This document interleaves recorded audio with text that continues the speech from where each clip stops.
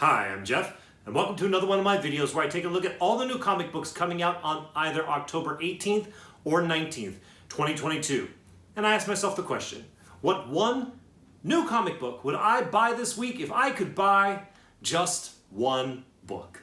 Usually I start off these videos first by taking a look back at my pick from 2 weeks ago, but I did not have a pick from 2 weeks ago, so I'm actually going to go back 3 weeks and talk about my pick from then, which was The Nice House on the Lake, issue number 10. And the question remains, was it a worthy and worthwhile pick to be my Just One Book Pick of the Week? And the answer is yes. Yes, it was.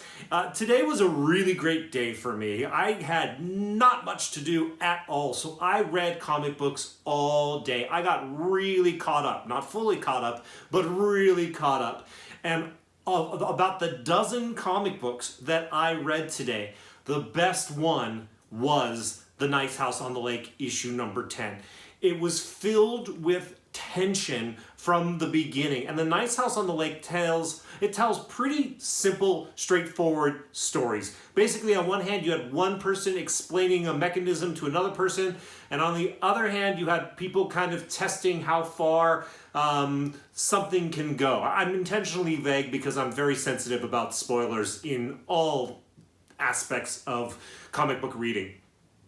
But I say that because the two stories that were being told were pretty simple, but you just knew that at some point tragedy was going to come out of it, that somehow these stories were going to intersect and cause just major trauma. And you can expect that probably did happen. But even though I saw it coming the entire time, I was filled with tension every step of the way. And to me, that is great storytelling. Something that I can read and just be on the edge of my seat and anxious about. I read a lot of good stories today from a lot of great writers. Stories that I enjoy a lot from writers that I think are fantastic. But The Nice House on the Lake, issue number 10, was an experience. And I am very happy about that. And just to be clear, it wasn't the only James Tynion IV book that I read today. So don't think that it's just because it's James Tynion IV. Out of all the James Tynion IV books that I read today, which included Nightmare Country and Wind, Nice House on the Lake just took the cake. So good. Loved it. Great choice. I hope if you're reading it, you're enjoying it. And if you're not reading it, just wait until all the issues come out and then pick it up in trade because it's really worth checking out. Okay, that's it in the look back category. Now let's look forward to the books that are coming out this week. Here's a little bit of a spoiler about this week. It's not a very exciting week for comic books. We've had a lot of great weeks the past few weeks, and this is not one of them. So I'm going to talk about, I think it's only 5 books today, 3 of which are books that I'm absolutely buying. The other 2 I'm mentioning just because basically they're Halloween themed, and in the month of October, I like to put some focus on some Halloween books. So let's jump right in. The first book that I want to mention to you today is a new book called Crypt of Shadows, issue number 1 from Marvel Comics. Here is the description. The heroes of the Marvel Universe spend most of their time in the bright sun, flying high above it all. But every once in a while they venture into the darkness that lurks in the hidden corners of the world. There lurk the creatures, the monsters, the vampires, the ones who prey on innocence and goodness. Join us and some of our favorite heroes for tales of fangs, claws, and silent, stalking swamp creatures to celebrate All Hallows Eve. I mean, everything you need to know is right there in that description. If you're looking for something creepy and spooky and Halloween themed from the Marvel Universe, you might consider checking out Crypt of Shadows this week. Or you could check out Deadly Neighborhood Spider-Man, issue number 1 of a 5-issue limited series also from Marvel Comics. Here's the description.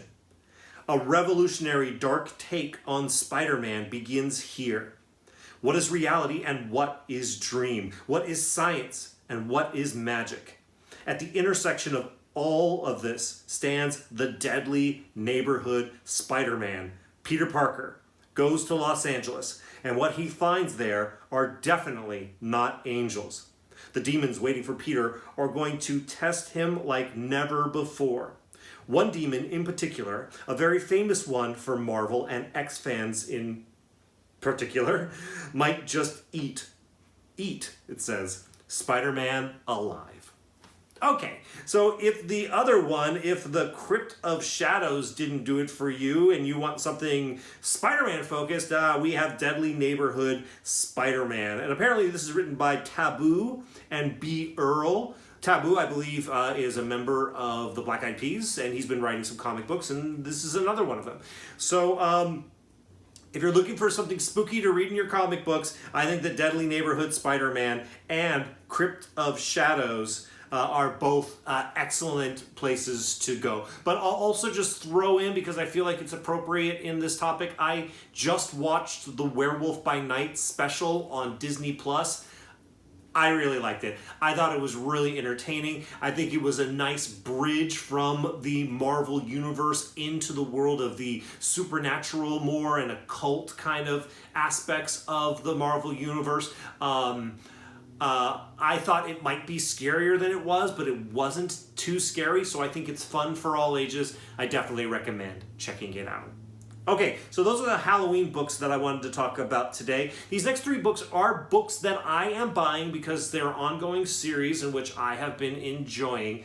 And then one of them, somewhat arbitrarily, I am making my just one book pick for the week. The first one from this category that I want to mention to you is Public Domain, issue number 5 from Image Comics. Here's the description. After the bombshell revelation of the last issue, can the Dallas family come together to start this wild new chapter in their lives?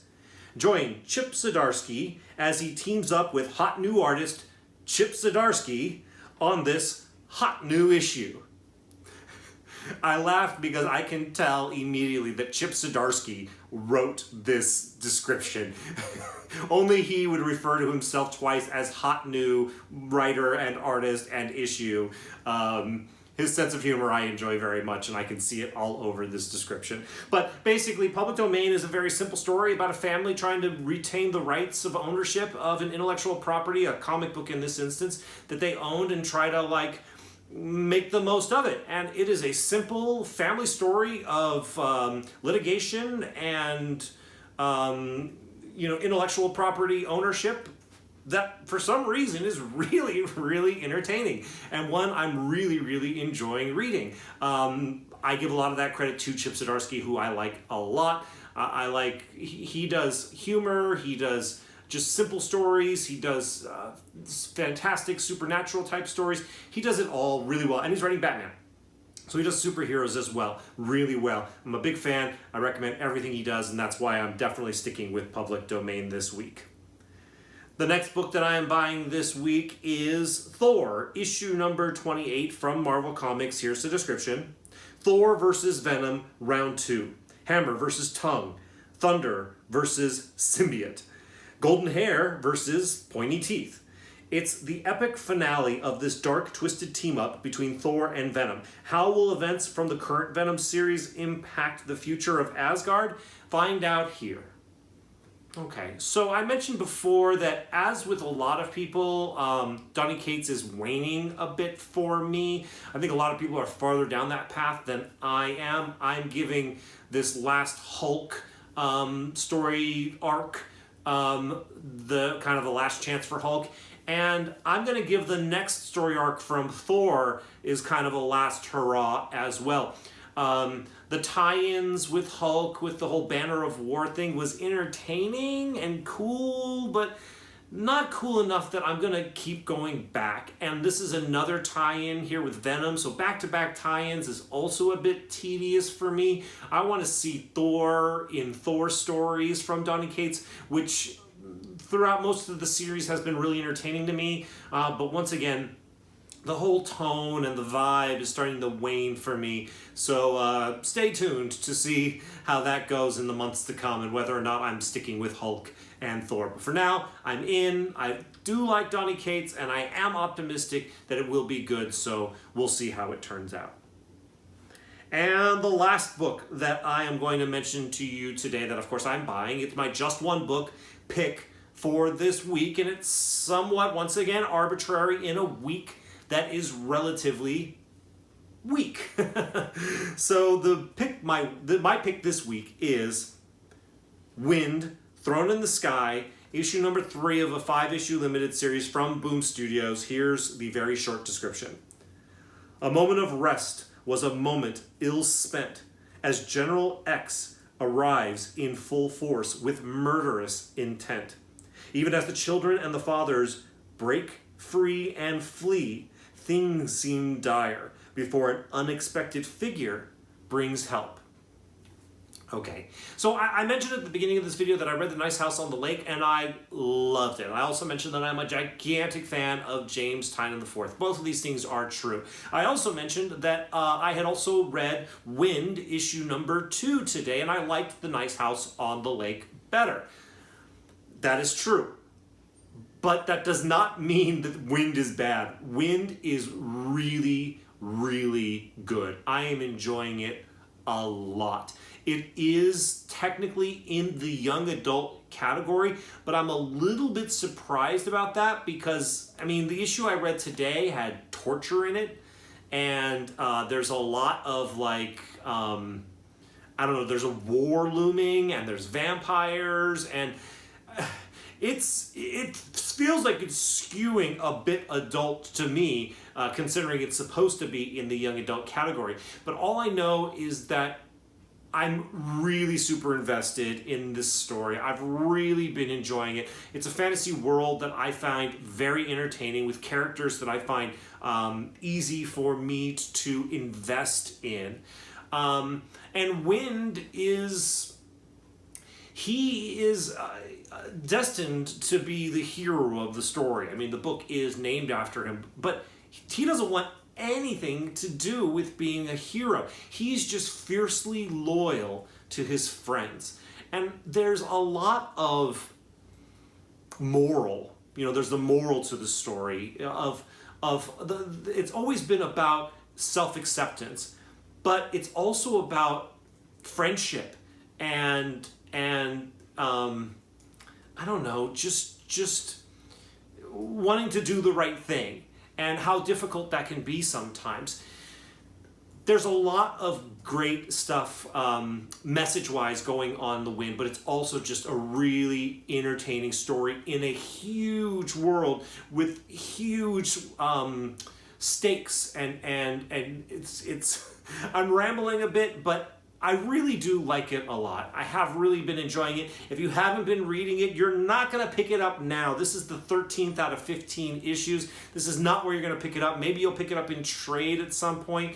But all I know is that it is a story worth checking out for anybody, whether or not you're a teenager or an older person like me. I've really enjoyed Wind, so therefore Wind is my just one book pick for this week. All right, that's it. Listen, this might not be the best video, but it's also just not the best week for comic books. So I hope that there was something that I told you about today that you found valuable and worth your time, because I always am hoping to be worth your time. If you like this video, likes are appreciated by me. If you haven't already subscribed, I invite you to do that now. If you have any thoughts or questions or comments for me, the comments is the place to do that. All right, that's it. As always, thank you all so much for watching this video. I'll see you in the next one.